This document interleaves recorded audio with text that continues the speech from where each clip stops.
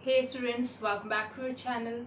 आज हम अपना चैप्टर स्टार्ट करेंगे work, energy and power. Work को हम अपनी डेली लाइफ में कई तरीके से समझते हैं। जैसे अगर आप कहीं चल के कहीं जा रहे हैं, कोई चीज़ उठा के आपने कहीं पर रख दी है, कोई दौड़ लगाई, कोई काम किया, तो आप कहते हैं कि हाँ हमने काम किया है, ठीक है।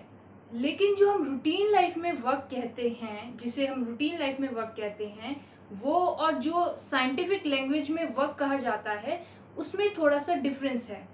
हो सकता है कि अपनी रूटीन लाइफ के हिसाब से आपने कोई काम किया हो, लेकिन साइंस के हिसाब से आपने काम ना किया हो। तो समझते हैं कि साइंटिफिक वे में वर्क को कैसे डिफाइन करते हैं। वर्क, जिसको हिंदी में कहते हैं कार्य,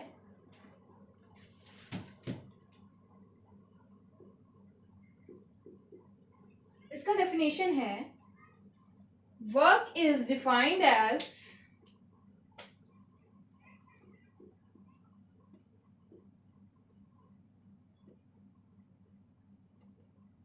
the product of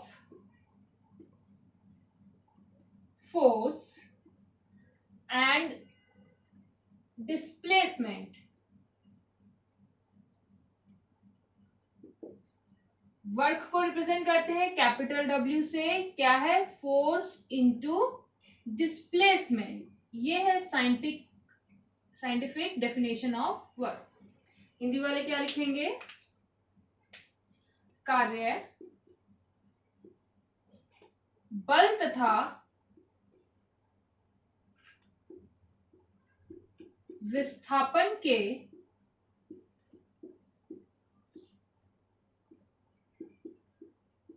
गुणनफल को कहते हैं।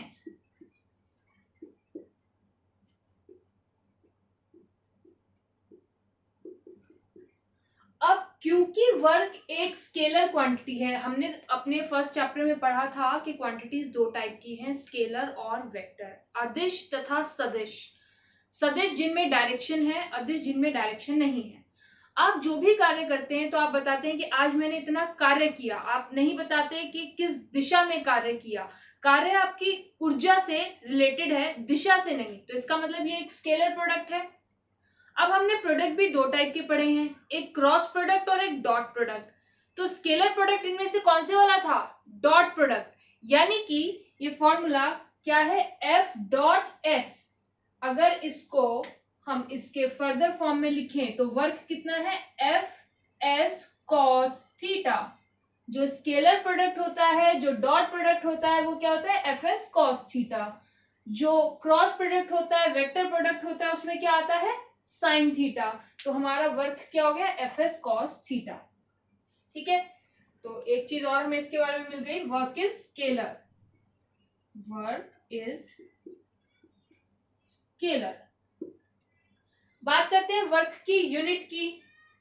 स्टैंडर्ड यूनिट वर्क की क्या है? जूल। हमने फर्स्ट चैप्टर में कुछ यूनिट सिस्टम्स पढ़े थे, जिसमें एमकेएस था और सीजीएस था। तो एमकेएस सिस्टम के हिसाब से इसको यूनिट मिली है जूल, और सीजीएस सिस्टम में क्या यूनिट मिली है इसको? अर्ग। जूल है इसकी एमकेएस के हिसाब से, और अगर आप रिप्रेजेंट कर रहे हैं सीजीएस सिस्टम में, सेंटीमीटर ग्राम सेकेंड सिस्टम में, तो इसकी यूनिट है अर्ग। ठीक है। 1 जूल इक्वल्स टू 10⁻7 अर्ग होता है। ये हमने अपने प्रीवियस वीडियो में डिराइव किया था। तो ये हमारा हो गया वर्क, वर्क की यूनिट, और वर्क एक स्केलर क्वांटिटी है, और वर्क का फॉर्मूला। अब हम देखेंगे टाइप ऑफ वर्क, कि कितने टाइप का वर्क होता है। नॉर्मल लैंग्वेज के हिसाब से तो वर्क वर्क होता है, लेकिन हमारे पास जो फॉर्मूला साइंटिफिकली हमने निकाला है, उसमें थीटा की डिफरेंट डिफरेंट वैल्यूज हो सकती हैं। अगर थीटा की डिफरेंट डिफरेंट वैल्यूज होंगी तो डिफरेंट डिफरेंट टाइप का वर्क भी होगा। Types of work.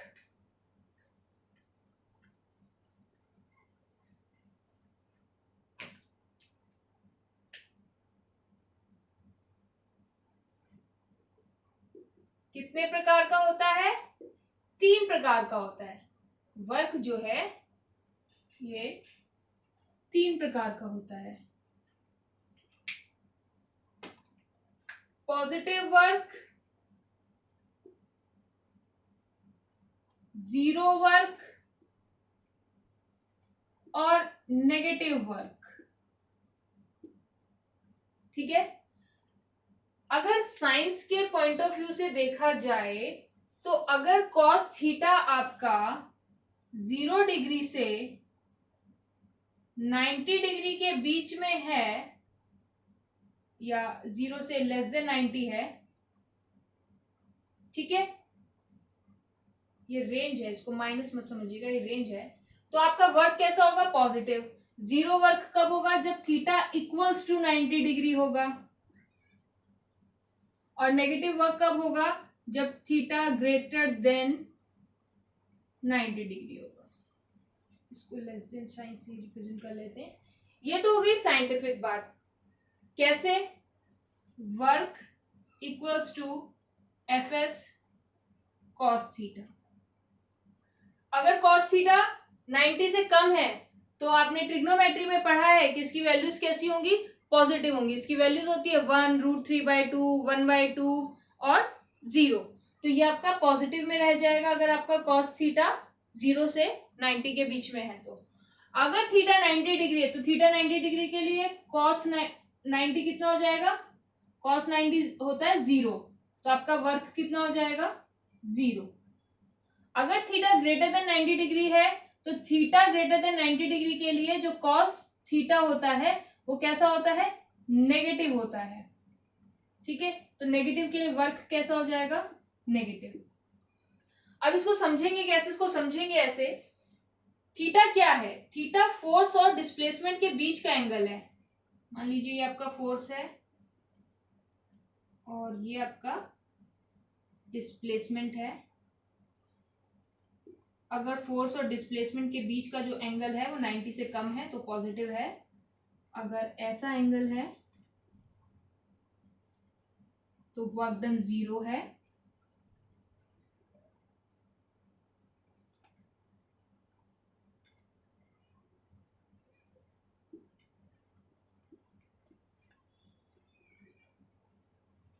अब इनको हम सिचुएशंस में इमेजिन करते हैं।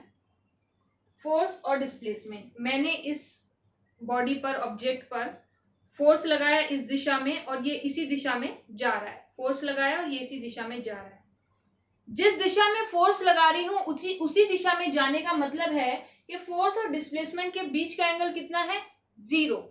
अगर मैंने जिस दिशा में फोर्स लगाया है उसी दिशा में डिस्प्लेसमेंट है तो थीटा कितना हो गया? 0। 0 कॉस 0 कितना होता है? 1। यानी कि इस केस में मैक्सिमम वर्क होता है। Maximum work when theta equals to 0 degree.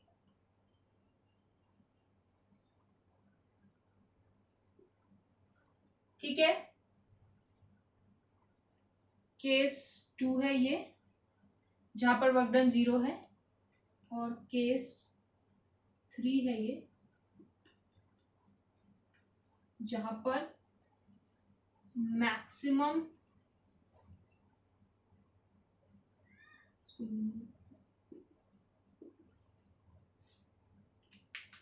Object पर फोर्स लगाया सेम डायरेक्शन में, theta 0 degree, maximum work done.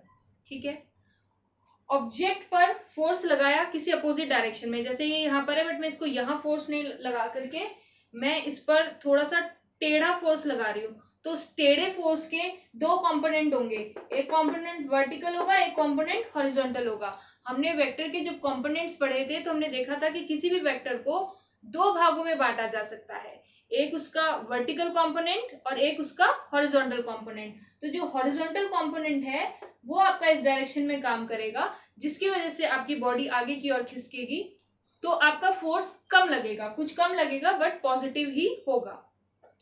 अब यदि ये ऑब्जेक्ट है, मैं इस पर फोर्स लगा रही हूं ऊपर की तरफ, लेकिन इसका डिस्प्लेसमेंट है इस तरफ, तो इसके डिस्प्लेसमेंट में मेरे फोर्स का कोई कंट्रीब्यूशन नहीं है।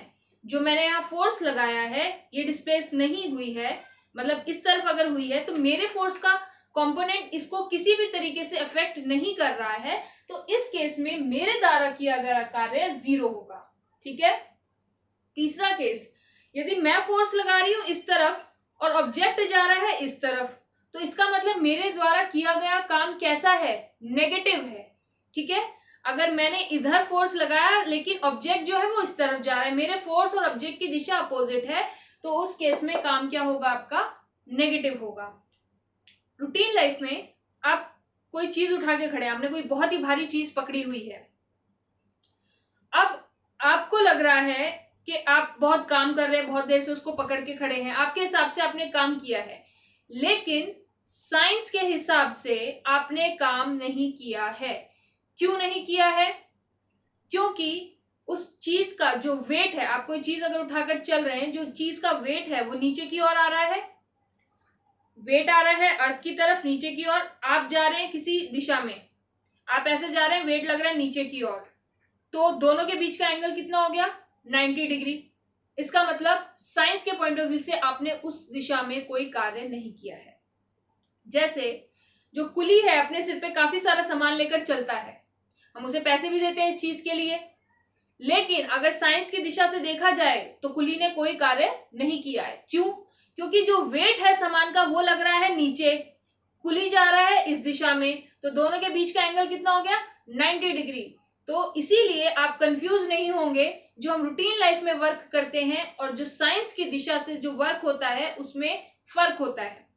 अगर आप किसी दीवार को धक्का दे रहे हैं, बहुत देर तक पुश कर रहे हैं, पुश कर रहे हैं, पुश कर रहे हैं, तो आपकी बहुत ज्यादा एनर्जी लूज होगी, आपको लगेगा कि यार बहुत मेहनत कर ली, बहुत मैंने इसमें काम किया, लेकिन क्या वो दीवार अपनी जगह से खिसकी?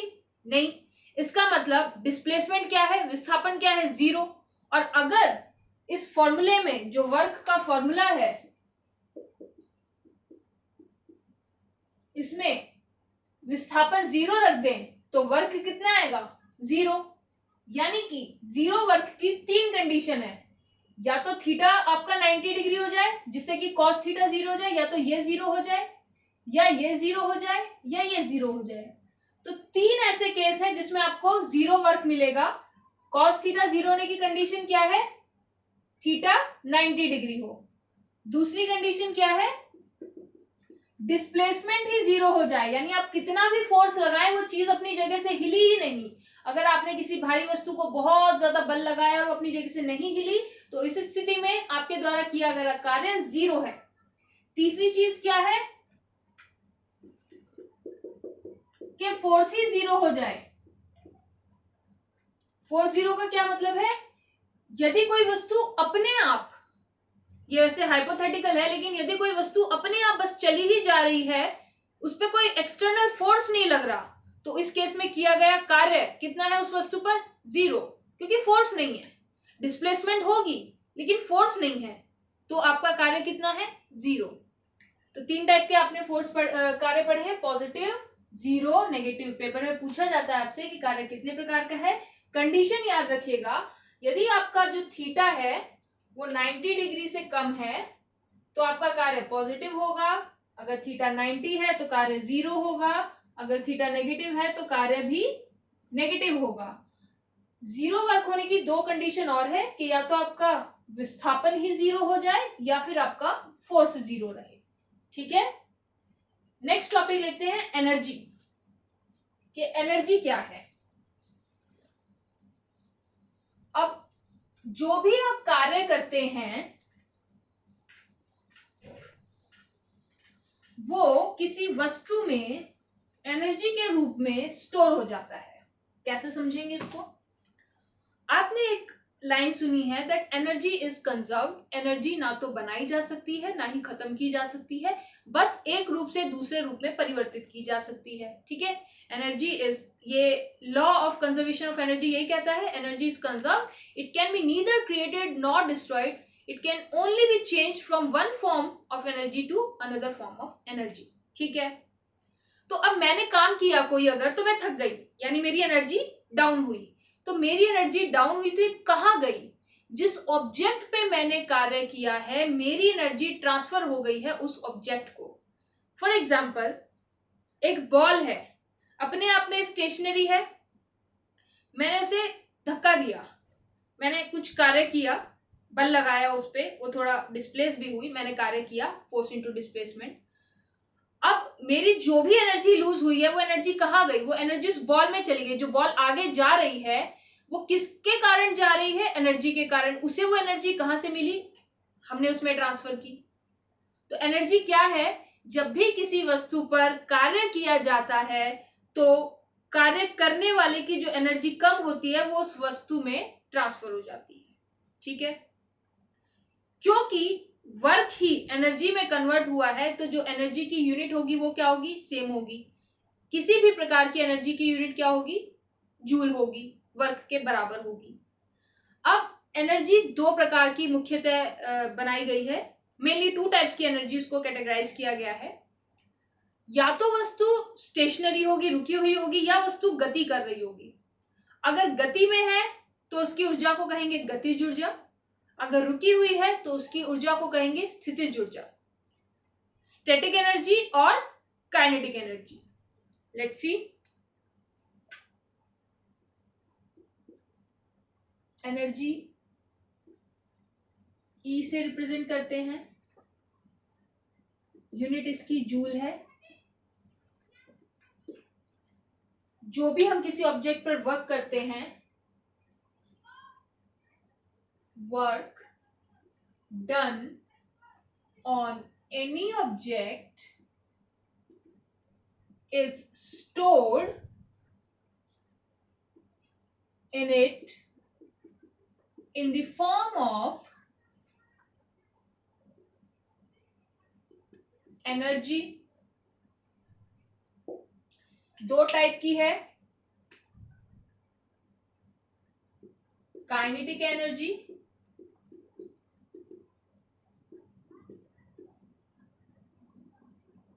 और पोटेंशियल एनर्जी।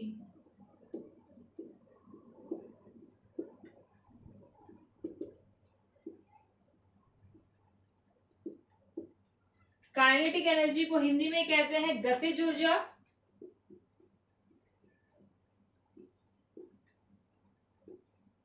और इसे कहते हैं स्थितिज ऊर्जा।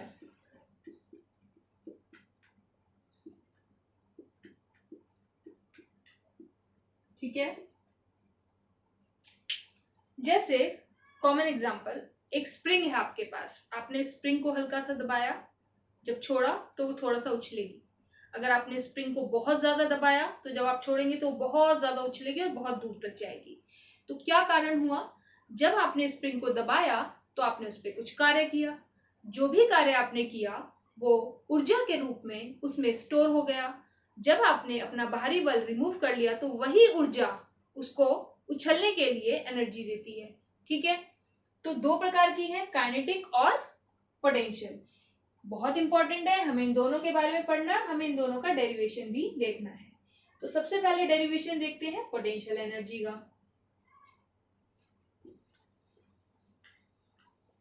Derivation for potential energy. आपको यह जरूर ध्यान रखना है कि एनर्जी और वर्क का जो यूनिट है वो बिल्कुल सेम है। Derivation for potential energy.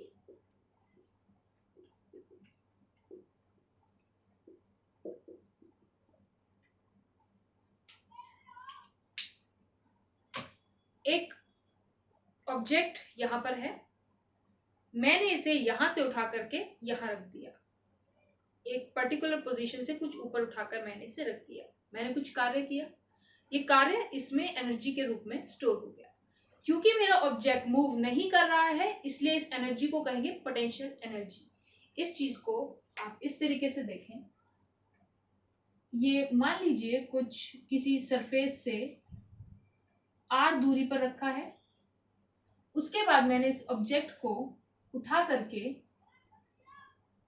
और ऊपर रख दिया, r प्लस h पे, h हाइट पे मैंने इसको उठा करके रख दिया है। अर्थ की सरफेस पे था ये, मान लो कि अर्थ की सरफेस पे था और मैंने इसे अर्थ की सरफेस से उठा करके ऊपर रख दिया है। ये अर्थ का रेडियस आप इसको मान लें, मान लीजिए ये अर्थ है, इस पर एक ऑब्जेक्ट रखा था, मैंने उसे h हाइट पर रख दिया है, तो अब उसकी पोजीशन क्या है? r plus h। अब इस केस में जो मैंने कार्य किया है, work is equals to force into displacement. तो फोर्स कितना लगा है इसमें, ये जो मैंने कार्य किया ये मैंने किसके अगेंस्ट किया, पहले तो लिख लेते हैं, फोर्स इनटू डिस्प्लेसमेंट, ये होता है वर्क। अब मैंने किसके अगेंस्ट काम किया, यहाँ पे कौन सा फोर्स है, अगर मैं किसी चीज को उठाकर रख रही हूँ तो मैं ग्रेविटेशनल फोर्स के अगेंस्ट काम कर रही हूँ, यानी कि ग्रेविटेशनल फोर्स होता है GMM अपॉन में r²। ठीक है, डिस्टेंस है नॉर्मलाइज, इसको अभी हम कर रहे हैं, तो मैं यहाँ पर वेरिएबल जो है वो r² नहीं लेकर के x² ले रही हूँ। ठीक है, छोटी सी डिस्टेंस ले रही हूँ, छोटी सी डिस्टेंस के लिए क्या लगाएंगे, dx, ये है small distance, small distance dx। तो वर्क डन कितना हो गया है,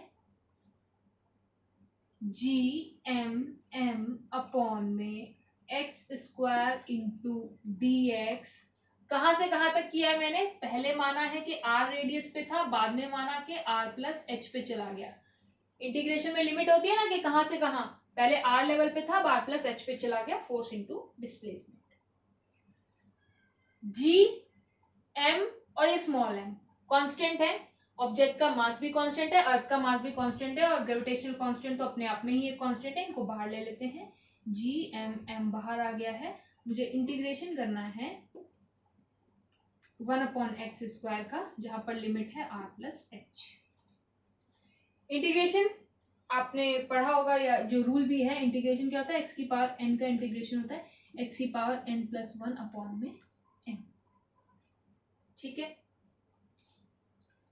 तो इसका इंटीग्रेशन अगर हम करेंगे तो कितना हो जाएगा, ये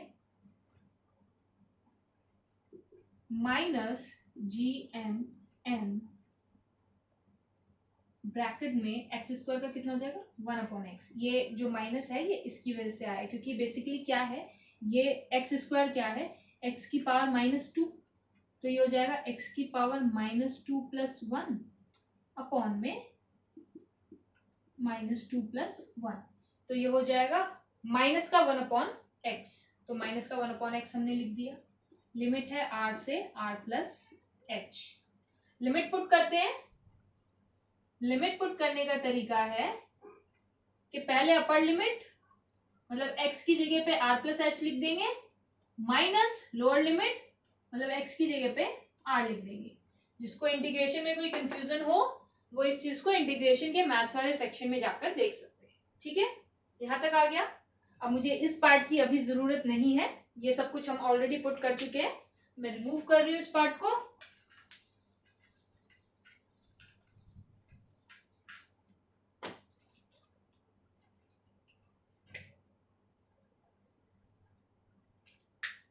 अब मैं W is equals to -GMM ऊपर नीचे r से मल्टीप्लाई डिवाइड कर रही हूं, तो ये हो जाएगा, अंदर भी एक r चला जाएगा, r plus h minus r into r।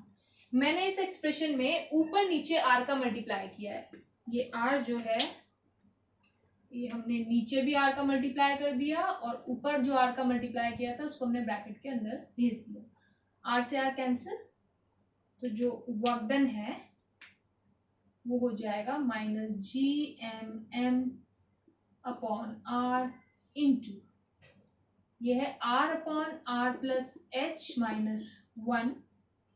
अब इसमें हम क्या कर रहे हैं, यहां से r कॉमन ले रहे हैं, अगर r कॉमन ले लेते हैं यहां से तो अंदर बचेगा 1 प्लस h अपॉन r। ये हमने मॉडिफिकेशन करी है इसमें, मैं इसी स्टेप में कर रही हूँ, आप नेक्स्ट स्टेप में भी कर सकते हैं, और r से r को कर दिया है cancel.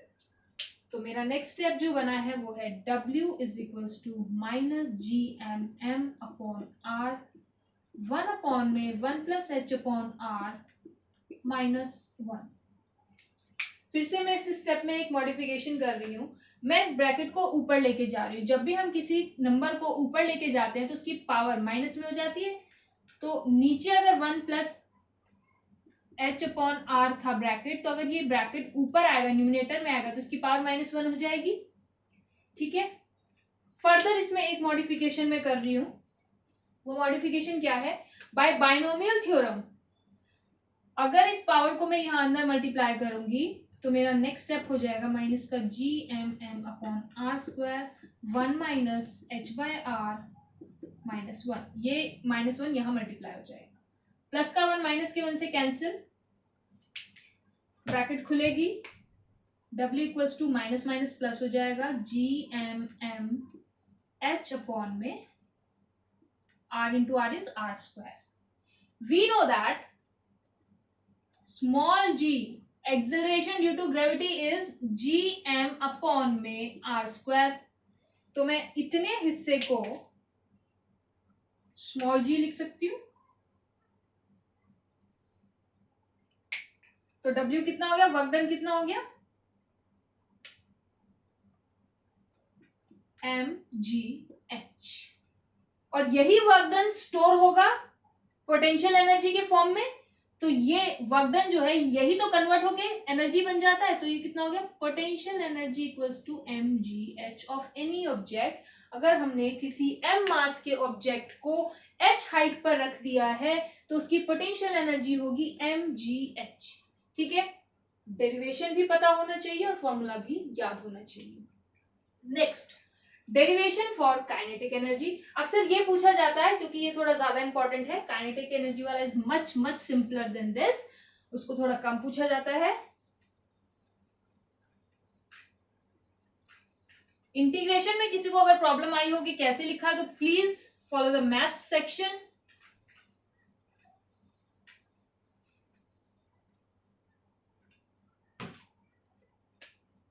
Kinetic energy, kinetic energy के लिए आप क्या लिखेंगे,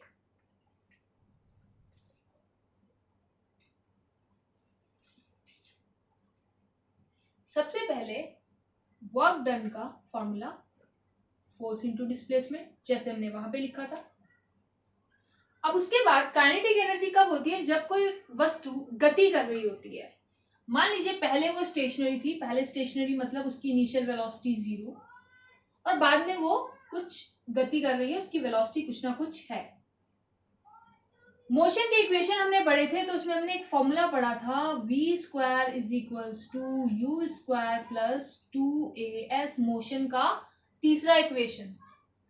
इसमें अगर आप u को 0 डाल दें तो v square is equals to 2as, यहां से डिस्टेंस आ जाएगी v square upon 2a.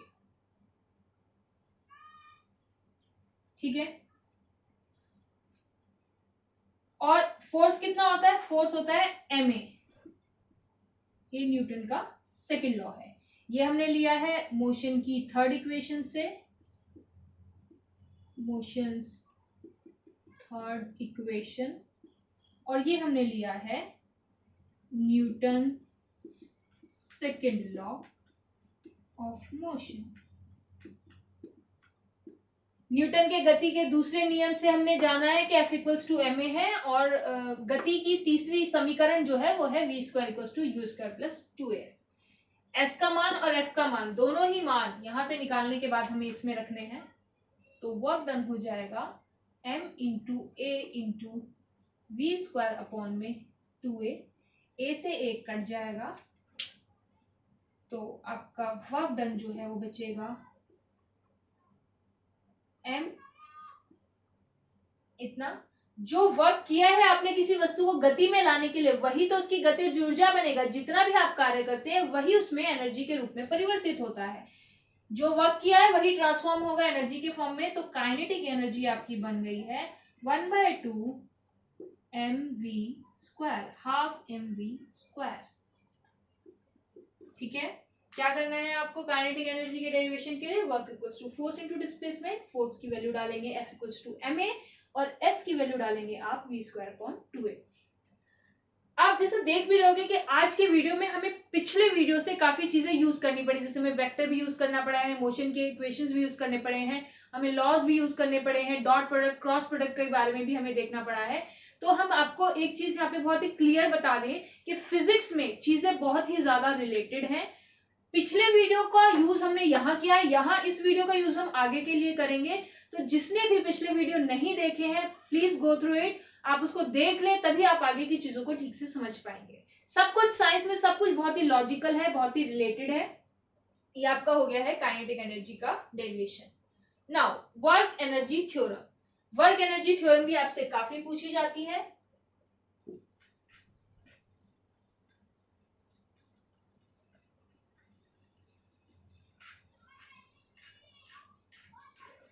Work energy theorem कहती है कि किसी ऑब्जेक्ट पर किया गया वर्क उसकी गतिज ऊर्जा में परिवर्तन के बराबर होता है।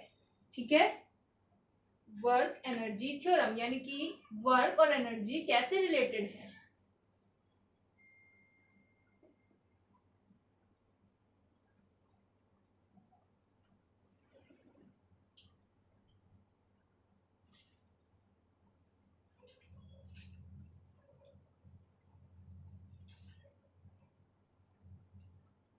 इसमें भी सबसे पहली शुरुआत यही लेकर करेंगे कि वर्क है क्या। वर्क है एफ डॉट एस, यानी कि वर्क है F S cos theta.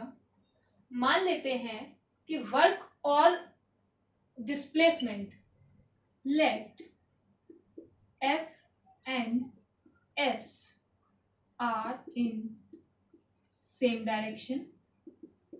Same direction का क्या मतलब है कि थीटा है 0 डिग्री, थीटा 0 के लिए मैक्सिमम वर्क आता है। तो आपका जो वर्क हो जाएगा कितना हो जाएगा, फोर्स इनटू डिस्प्लेसमेंट। सिर्फ फोर्स और डिस्प्लेसमेंट बचा है आपका ये एफ एस। ठीक है, अब फिर से हम जाएंगे गति की तीसरी इक्वेशन पे। v square is equal to U square, ये सब साइड वर्क है हमारा, v प्लस 2as। यहां से v स्क्वायर, ये u स्क्वायर जो है आपका यहाँ आ गया है, is equal to 2as। s जो है वो हो गया है v square minus U square upon में 2a। ठीक है, अब f कितना, ma, दोनों ही वैल्यू को फिर से यहां पर रखेंगे। w is equal to ma into V square minus U square upon में 2a। a से a cancel, w is equal to m into V square minus U square upon में 2। अगर आप इसको डिस्ट्रीब्यूट कर दें तो w इज इक्वल टू, एक टर्म तो बनेगी M V square minus M U square upon में 2। अब अगर आप देखेंगे तो एमवी, हाफ एमवी स्क्वायर क्या होता है, काइनेटिक एनर्जी। ये जो कैपिटल वी होता है ये क्या होता है, आपकी अभी की वेलोसिटी, फाइनल वेलोसिटी। तो ये आपकी कौन सी हो गई है, ये आपका काइनेटिक एनर्जी हो गई, कौन सी, फाइनल। फाइनल के लिए मैं एफ लगा रही हूं क्योंकि वी मतलब फाइनल वेलोसिटी होता है। यू क्या होता है, इनिशियल वेलोसिटी। तो इसका मतलब ये क्या हो गया, काइनेटिक एनर्जी कौन सी, इनिशियल। तो इसका मतलब वर्क डन कितना हो गया, change in energy, change in kinetic energy. अगर मैं फाइनल एनर्जी में से इनिशियल एनर्जी को माइनस कर दूं तो मेरे पास क्या आता है, चेंज इन एनर्जी। चेंज को किससे रिप्रेजेंट करते हैं, डेल्टा से। इस चीज को हमने यूज कर लिया है, अभी जरूरत नहीं है, आप लोग नोट डाउन करेंगे। अगर आपको पेपर में ये करना है तो पूरा ही डेरिवेशन करेंगे, तभी आपको इसके नंबर मिलेंगे। तो W हो गया है डेल्टा के ई। चेंज को किससे रिप्रेजेंट करते हैं, डेल्टा के ई से। आप लिख भी सकते हैं वेयर डेल्टा के ई मतलब काइनेटिक एनर्जी जो फाइनल है माइनस काइनेटिक एनर्जी जो इनिशियल है। तो वर्क एनर्जी थ्योरम क्या कहती है, वर्क एनर्जी थ्योरम कहती है work done in a system is equal to change in its kinetic energy.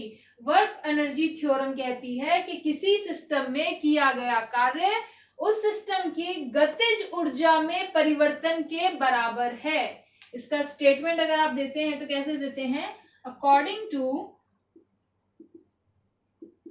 Work energy theorem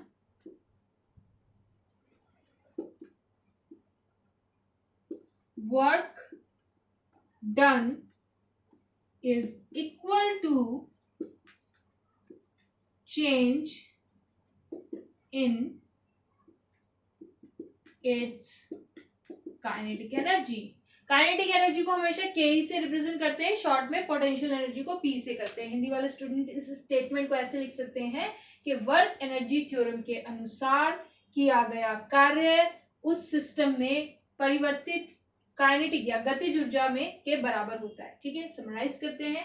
आपने इसमें देखा है वर्क क्या है, रूटीन लैंग्वेज से और साइंटिफिक लैंग्वेज के वर्क में फर्क है। W equals to F S cos theta, यानी कि ये एक डॉट प्रोडक्ट है, एक स्केलर प्रोडक्ट है।